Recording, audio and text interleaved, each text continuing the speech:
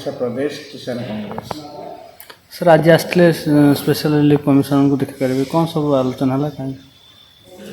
दीर्घ 3 दिन है लगातार भाव में जो लघुचाप जनित वर्षा समग्र राज्य में विशेष भाव में उपकूलवर्ती और दक्षिणांचल जिलागुड़िक जो भाव में वर्षा होती धान चाष व्यापक भाव में प्रभावित होती खाली धान नुहे रबी चाषर पनीपरिया तैलबीज डाली जातीय फसल प्राय नष्ट होती भरणाहार बड़ कष्ट क्षेत्रु खड़ा को धान आने आदि संभवपर हो पारना खालुआ जमी वर्षा पानी जमी रहा जो से धान पचिगला प्राय पाचिला धान गजा भाग बसला चाषी को हा उतास अच्छा निर्धारित सूचना सरकार पक्षर दिगला ना लघुचाप जनित वर्षा फसल क्षति हम जो भाव में सूचना दि जावा कथा ताहा दि जाए जहाँफल चाषी दीर्घ दिन परिश्रम एवं चाष जो अर्थ विनियोग करते सी भी पाइबा बड़ कष्ट यही एक संगीन परिस्थिति सरकार पक्षर तत्परता तुरंत प्रकाश पाइबा दरकार एवं विभिन्न जिलार चाषी मान सहित जोगाजोग करने आमर कांग्रेस दलर विभिन्न अंचल जो माने कृषक नेता मान रही सहित आलोचना करने पर जहाँ सविशेष तथ्य मिलला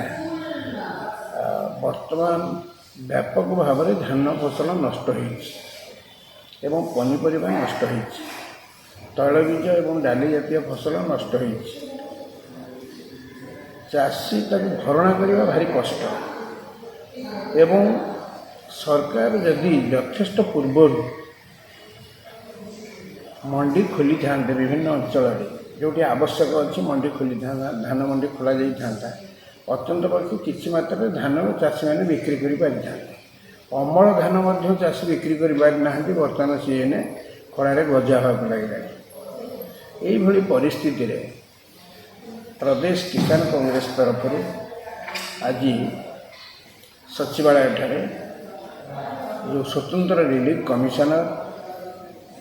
और अतिरिक्त शासन सचिव ये रही देवेंद्र डीके सिंह तांको साक्षात करी ये विषय राज्य जो परिस्थिति से सब संपर्क में अवगत कांग्रेस किसान कांग्रेस तरफ करी खूब निकट में राज्यपाल को स्मारक पत्र देवाई व्यवस्था रही आज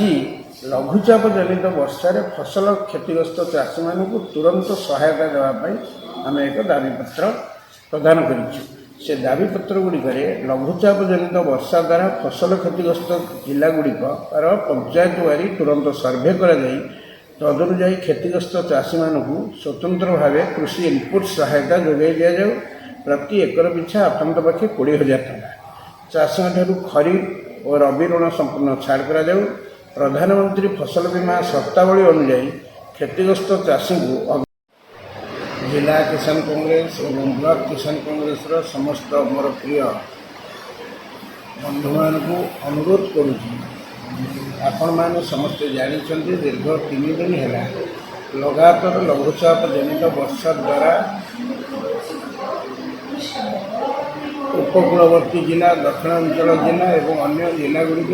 व्यापक भाव में फसल नष्ट होती विशेषकर धान बहुल भाव में प्रभावित होती सहित तैलबीज डाली जातीय फसल एवं रबी पनीपरिया संपूर्ण भाव में नष्ट होती ये नष्ट जहाँ नष्ट होती भरणा करने चाषी पक्षे बड़ा असंभव सरकार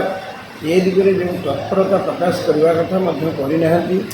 एवं जो धान डिस्कलर होगला सरकार दायी क्वालिटी कौन देखिए क्वालिटी न देखिकी जो प्रकार रंगविहीन धान को सरकार किणा को बाध्य जेहेतु विलंब मंडी खोली एवं टोकन ठीक समय देना विभिन्न प्रकार समस्या रही ये समस्यार समाधान पाई सरकार केते संवेदनशील बड़ बड़ कथा कहते एपर्यंत विभिन्न अंचल मंडी खोली ना जो संगीन परिस्थिति କଟନୀ ଛଟନୀ ବ୍ୟାପକ ଭାବରେ କରାଯାଉଛି। ମିଲର ମନମାନିରେ ଧାନ କିଣାଯାଉଛି ଏବଂ ଅଖା ମଧ୍ୟ ପାଉନାହିଁ ଚାଷୀ। ଏଭଳି ପରିସ୍ଥିତିରେ ଆମେ କିଷାନ କଂଗ୍ରେସ ତରଫରୁ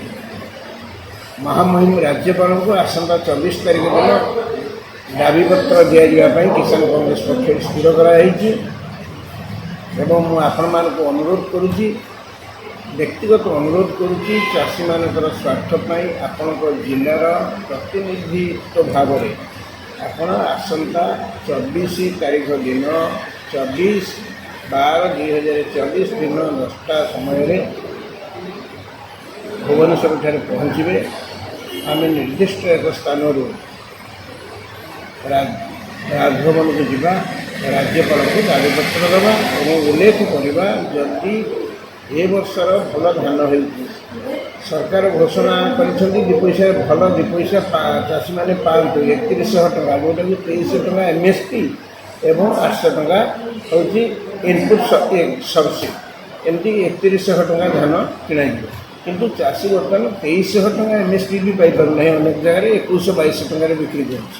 ଅନେକ ଘଟଣା ଅଛି। ତେଣୁ ସେସବୁକୁ ଆଲୋଚନା କରିବା ବିସ୍ତୃତ ଭାବରେ খুব কম দিন ভিতরে ମଧ୍ୟ ଓଡ଼ିଶା ପ୍ରଦେଶ କଂଗ୍ରେସ କମିଟି ସଭାପତି ଚୟନ କରାଯିବ। ଆମେ ପରବର୍ତ୍ତୀ କାର୍ଯ୍ୟକ୍ରମ ଚାଷୀମାନେ